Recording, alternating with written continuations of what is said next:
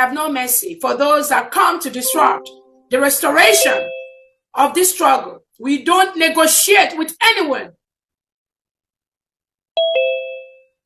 We will never do that. Because when you do things like that, you encourage the same thing to be inside the government, and they will continue to do what they are doing. There's an added that says,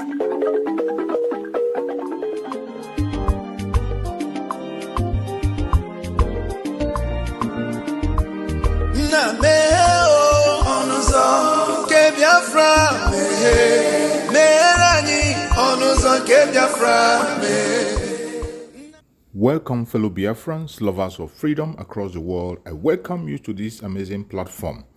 Thank you so much for joining me on today's program, and I wish you a very happy new year. Finally, we are now in the year 2025, and as we proceed in the year 2025, we must not forget that we have a lot of responsibilities. Our responsibility in this platform is to give you information and make sure that you have an update on what is going on in Biafra land, more especially things that has to do with the restoration of independent state of Biafra. Today, I am going to share with you a very important video. Please pay attention to this video. In all the information that we see here, you are going to see that they have started again a new deceit to distract us from the restoration of independent state of Biafra. We must not be distracted. It is either Biafra or nothing. Mazi Nnamdi Kanu said it to us, and he has not changed his mind. If anybody tries to insinuate that Mazi Nnamdi Kanu have changed, that is a lie. Watch this video from beginning to the end. You will understand that the enemies will never give up. And those of us who are focusing on the restoration of Biafra, we must not give up. Do not get distracted, regardless what you hear or what you see. Always remember that it is Biafran first. All eyes must be on the rising sun. Every eye must be on the rising sun. Do not allow yourself to be carried away with things that are happening around you. The restoration of independent state of Biafra is one thing that we must focus on. We have the United States of Biafra now. Let's watch. For staying with us is still VOP this morning. Nnamdi Kanu, leader of the proscribed indigenous people of Biafra, IPOB, has asked that his case be transferred to a federal high court in the southeast if no judge in Abuja is willing to preside over it. Mr. Kanu's special counselor, Aloy Ejimako, disclosed this in a statement posted on his X handle on Wednesday. Do recall that on September 24, 2024, Binta Nyako, a federal high court judge, recused herself from Kanu's case after an oral application by the defendant. Kanu directly told Nyako that he no longer had confidence in her handling of his trial. However, John Soho, chief judge of the federal high court, returned the file to Nyako on the ground that Kanu's application must be formally brought before the court through a motion on notice. But Kanu has insisted that he would not stand trial before Binta Nyako. You would also recall that Kanu's legal team last week, Thursday, also said that the prosecution relies exclusively on undue technicalities, inspired leaks and undue influence on court officials in securing undeserved court orders in favor of the Nigerian government, describing it as an unholy alliance between the prosecution and the judiciary. The IPOB leader facing terrorism charges at the Federal High Court in Abuja has been in detention since he was repatriated to Nigeria from Kenya in June 2021 under controversial circumstances. Also last week, the counsel for Nnamdi Kanu also made a statement that any law students who will tell them where it is stated in the Constitution that a stay of execution should be granted after someone was asked or have been granted bail, should also come up to prove it. Interesting. One want to say, why is this case taking this turn? Why is it, looking like some people are not ready to, decide the fate of Nnamdi Kanu, whether he should be granted bail or whether he should be sent to prison? Why is this case taking this long? And we still have with us in the studio Mr. Dele Fanimo, a seasoned reporter and VOP TV in-house analyst. And from our Benin studio, it's interesting to know that we still have there Comrade Collins and Mardin. They will help us to dissect this topic proper. Now, let me come over to you, Mr. Dele Fanimo. The case of Nnamdi Kanu. It's what everybody in Nigeria is aware of, whether you are from the north, the south, anywhere, a whole lot of persons have talked about how this young man should be released. Other persons are also talking about how his fate should be decided. Why is it that the case is taking this long? To the point that, you know, a judge recused herself, but yet she was brought back again to the particular case, which she said, no, she's not going to do again. What is really happening with this young man and this case? Well, thank God you said Mr. and not Barrister Fanimo. So you excuse my ignorance in trying to answer your question. But I'm going to rely heavily on what Barrister Adams Asim said the other time when he was here. He made it clear that judges who recluse themselves from a particular case, if the CJ fail to find merit in this, that it can still reassign that particular case back to the judge that reclused himself or herself. So I am relying on that. How far that is true in law, I don't know. But I consider him as somebody who is a learned person.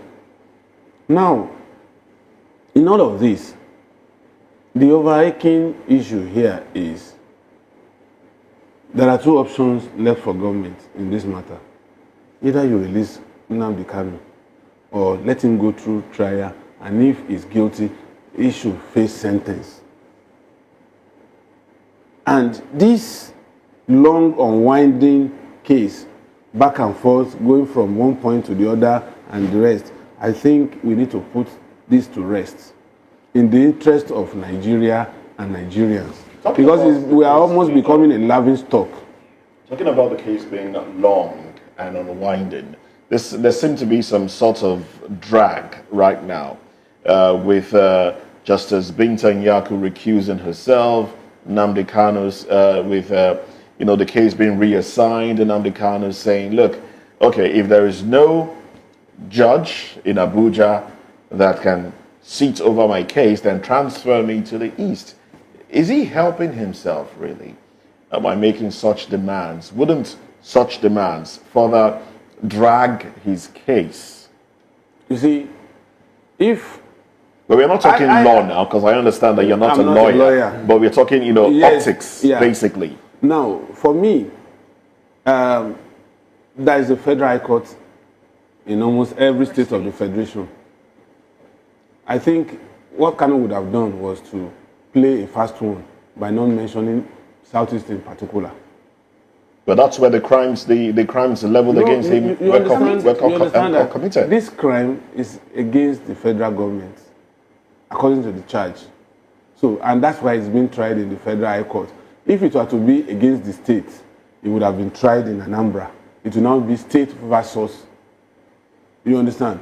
Treason is against the government as charged.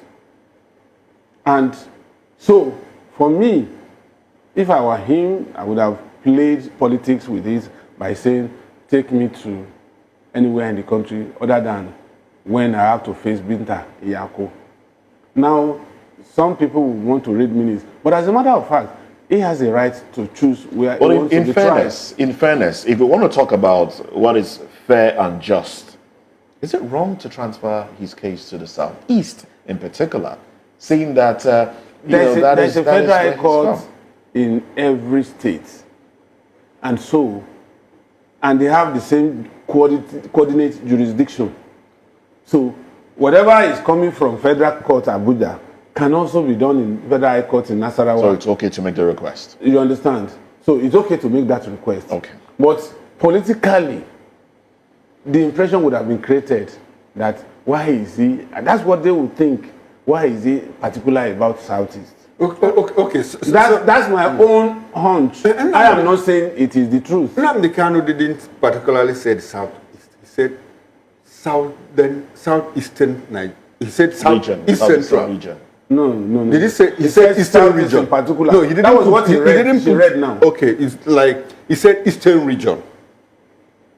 And where is the eastern region now? Former eastern region. But he was specific when he said Umuahia, but this word were in the southeastern, in the eastern region, former eastern region. I think he even put the word former there, former eastern region.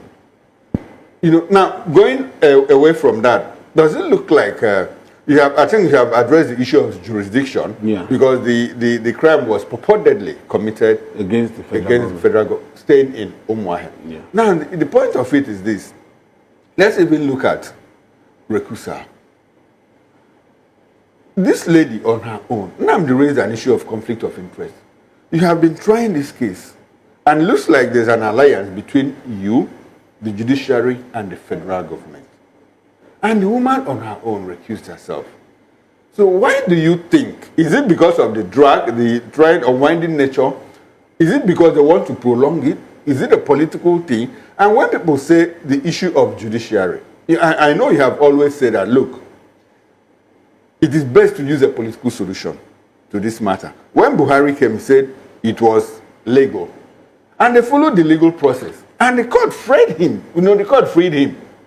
But this government is neither talking about political, is neither talking about, nor talking about the legal. What do you think is the position of this government? Is there any way you can open a window into their heart by their actions and inactions?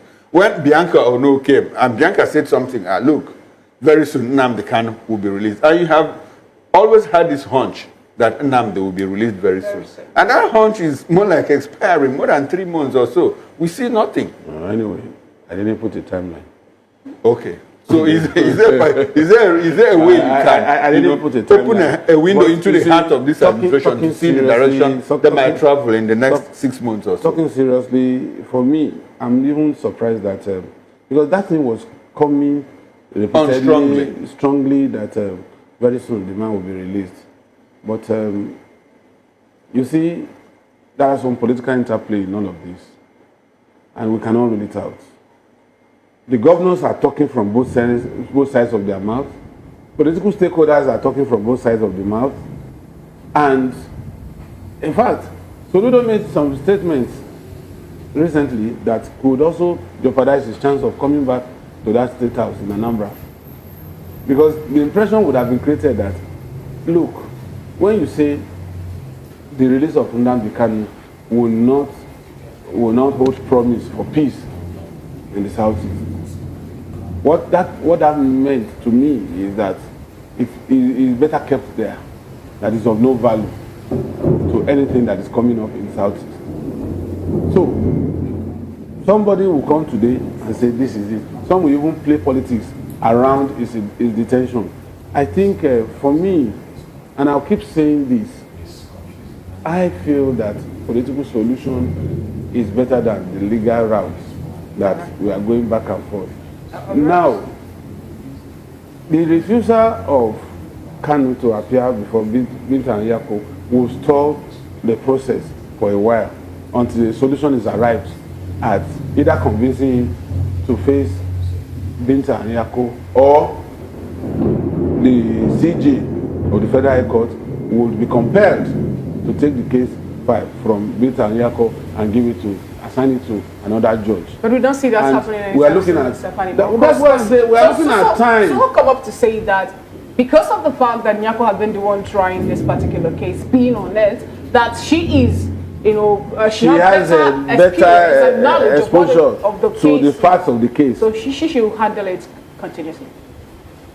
For me, you see, it's in the open, and there are brilliant lawyers in this country that can hazard guesses into the direction of this case.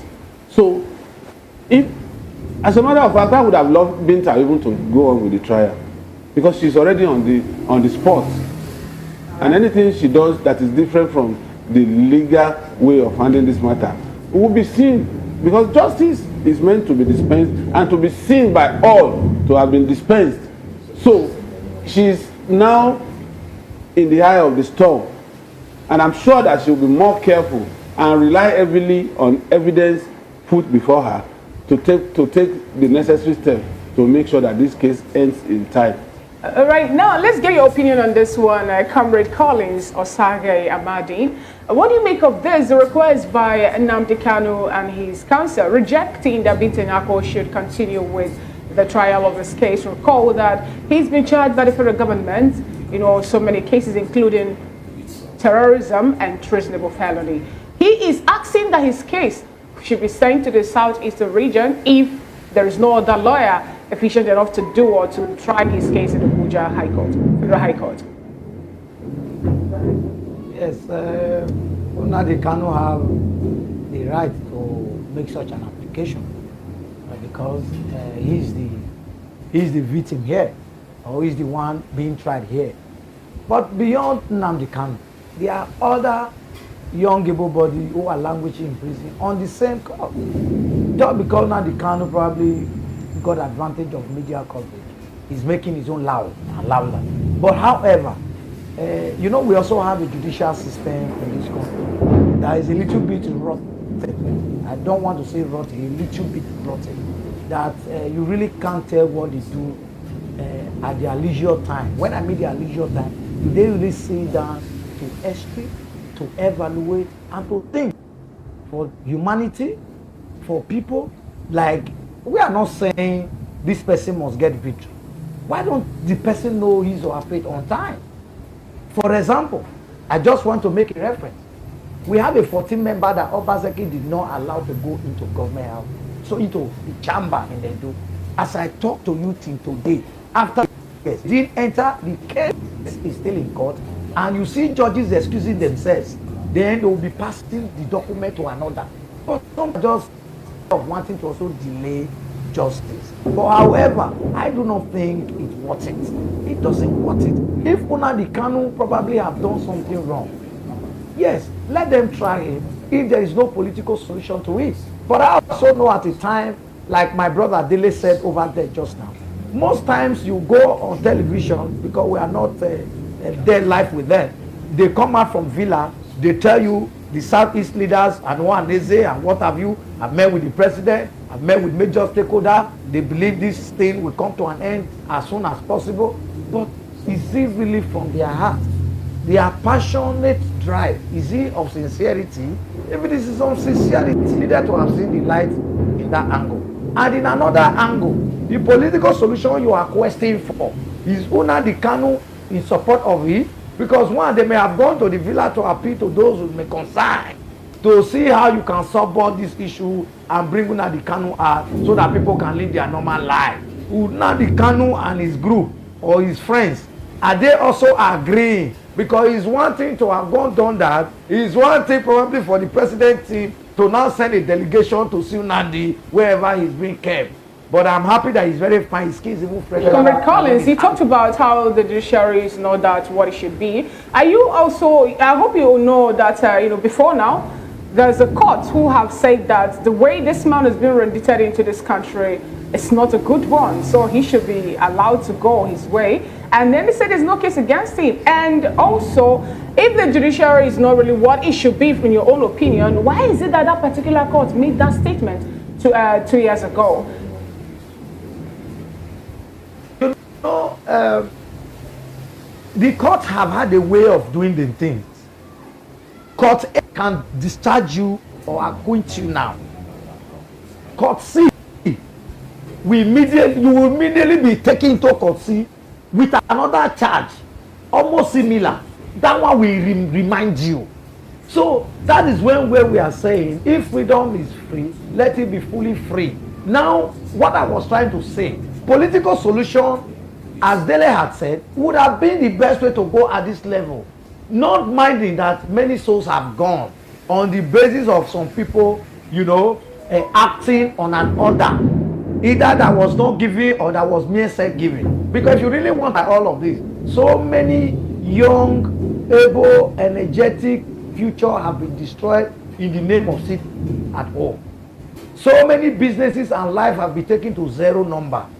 So if you want to count numbers of people that have been murdered or that have died, you will agree with me, those are also seeking for justice. So for you to just release Nnamdi Kanu with him not feeling remorse or feeling the other side of the whole scenario, they also, those other persons also feel this is an injustice meted to them, because the soul that sinneth shall die, and he who kills must also die. But if in a situation where there should be a pardon, whoever you are pardoning should come to terms and agree and appreciate the fact that AYZ happened. It ought not to happen.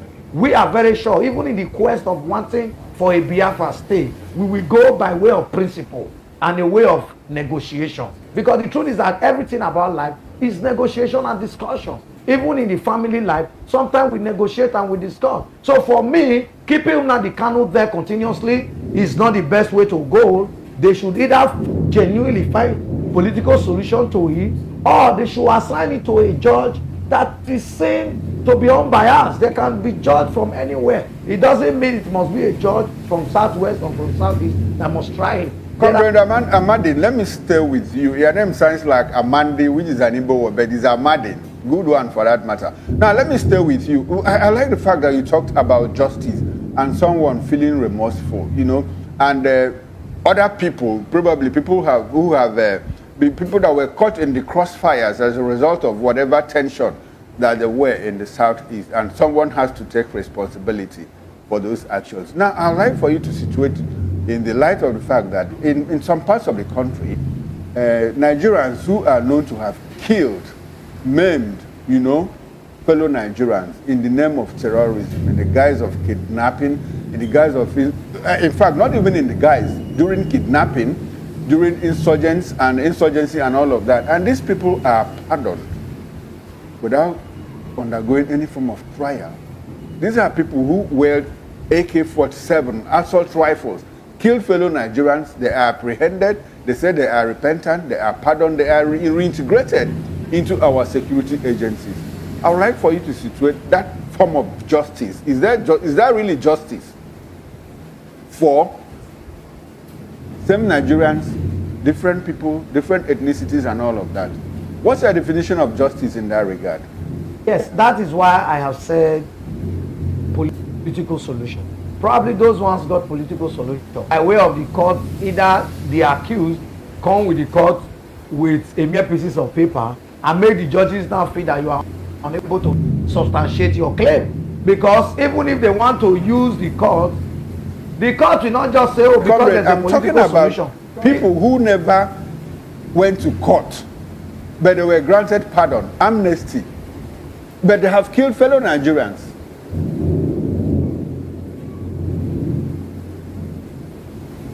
Maybe you give me examples who have done such an high-held actions.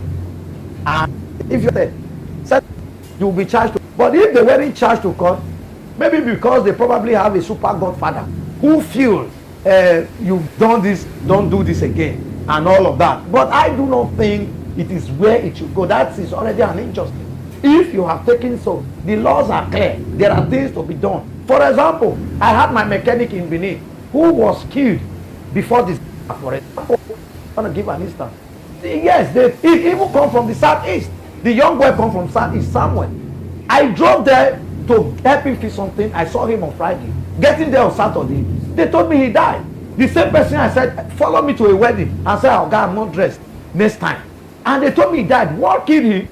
They said a young man used a stick with his friend and beat him to death because they felt he was dating what? Their sister. And they asked the young man not to date their sister anymore. I felt so passionate and I felt so bad. I took it as a responsibility that I was going to fight that cause for that humble young man who was apparently 28 or 29. That I was going to do everything. But do you know what gets me? The family were on me, almost insulting me, that they don't want case, they don't want issue, that I should rest. I should go and withdraw the case from police station. I have to tell them, okay, since the pressure is on this, they said they must go and bury their son. Please let go. That's just to tell you that in some cases, even those you want to fight for will tell you we don't want. We are running out of time. That is clearly a case of law enforcement. We are talking about terrorists.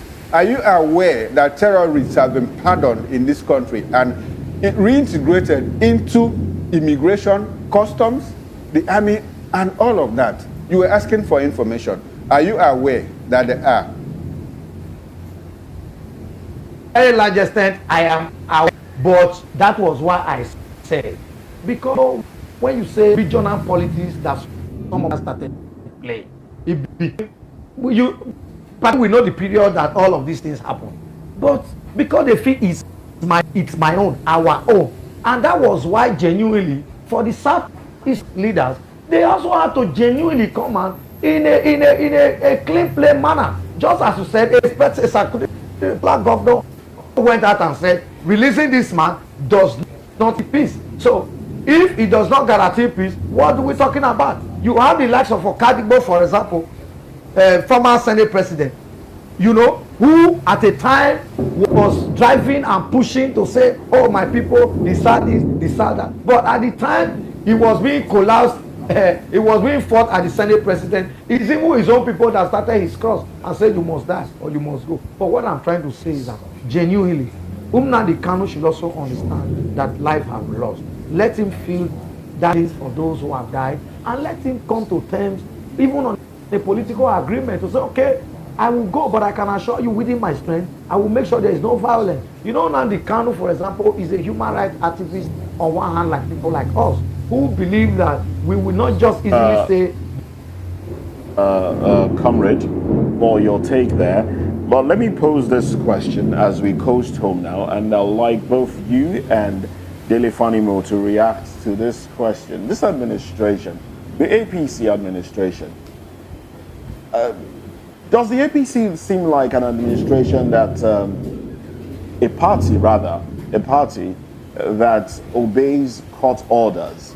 We saw the Buhari administration disobey court orders, and we are seeing the Tinubu administration take it a notch higher, you know, bypassing the process, bypassing the Constitution, actually.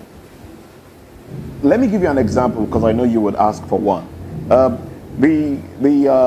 nomination of the CCT chairman, that's the Code of Conduct Tribunal chairman, by this administration, ordinarily, that nomination would have gone through the FJSC, and then the NJC, you know, will now submit names to the president, who will now pick one. But the president unilaterally picked a candidate in the person of Mainasara Umaru Kogo to replace Danladi Umar without the FJSC or the NJC.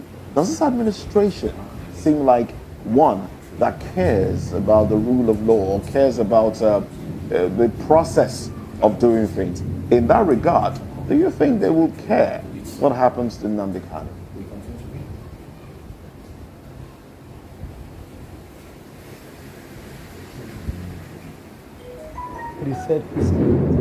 You know, when Salami, the former CJN, had his issue, and even when the court said, the PDP then administration also refused to adhere to the court order. But however, I think this president of Tinubu that I know, or that I have some level of belief, will not deliberately want to do that. Maybe it has not fully been drawn to the attention of how it should go.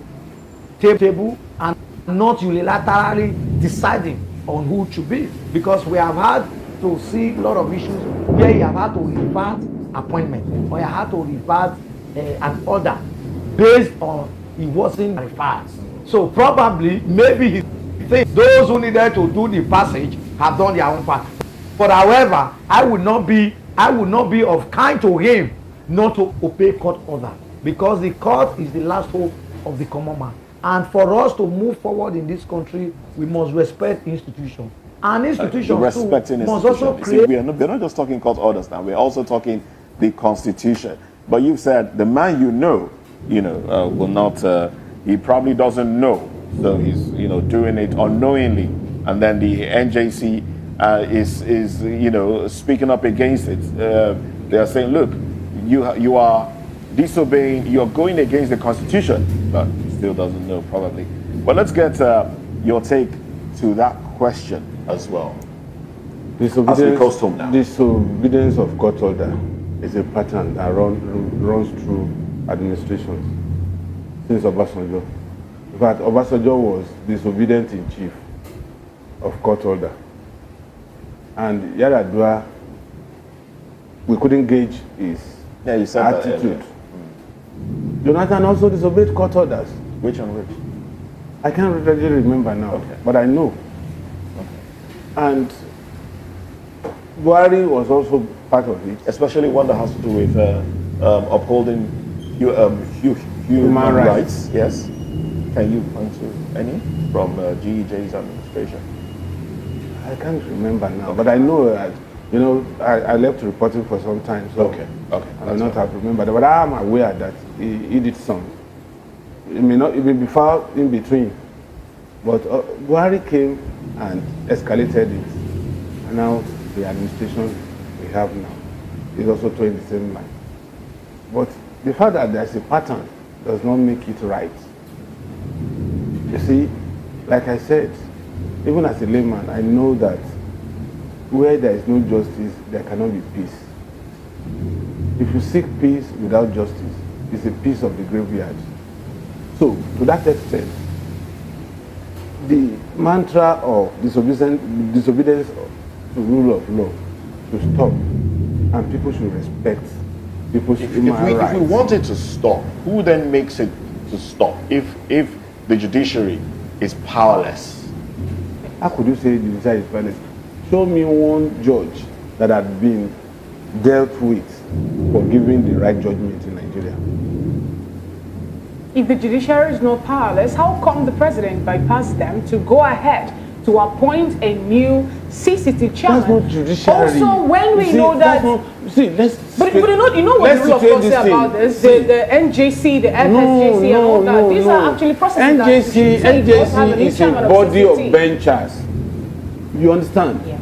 But what I'm putting here on the table is, have you ever seen a judge that has given judgment that is in consonance with the Evidence Act or the Constitution that have been punished? There are speculations, or there are speculations. Excuse me, please. There are words on the street that Justice Danladi Umar is being punished for his 2012 judgment against the president, the now president of Nigeria, on the issue of declaration of assets, where he did not acquit him of that one. So they're saying that there is some sort of punishment being meted out now. You don't think so? Moses, let's be very clear about this. If we have example of a judge being taken out as a result of passing judgment, I'm not talking about Tinubu's administration. Even during Obasanjo, then we can now talk. You see, let me tell you, like in the media, you have self-censorship. You can decide on your own to say you want to censor yourself. Yeah, but it's interesting that when we talk about disobedience to court orders. Thank you so much for watching the program. I appreciate you for your patience to watch from beginning to end. I hope you have learned a lot from this very program that I just played, this video. Please like and share the video. Share to all platforms. After sharing the video, now you can go to the comment section and put down your comments. Whatever suggestions, contributions you have to make, what do you think about the video I just played? Go to the comment section and put your comment. I will go to the comment section, and I bet you I am learning a lot from there, and you can equally learn from there. Let us share our experience on that comment section. Thank you so much, and stay blessed. Don't forget to share, and we continue to bless you as you share.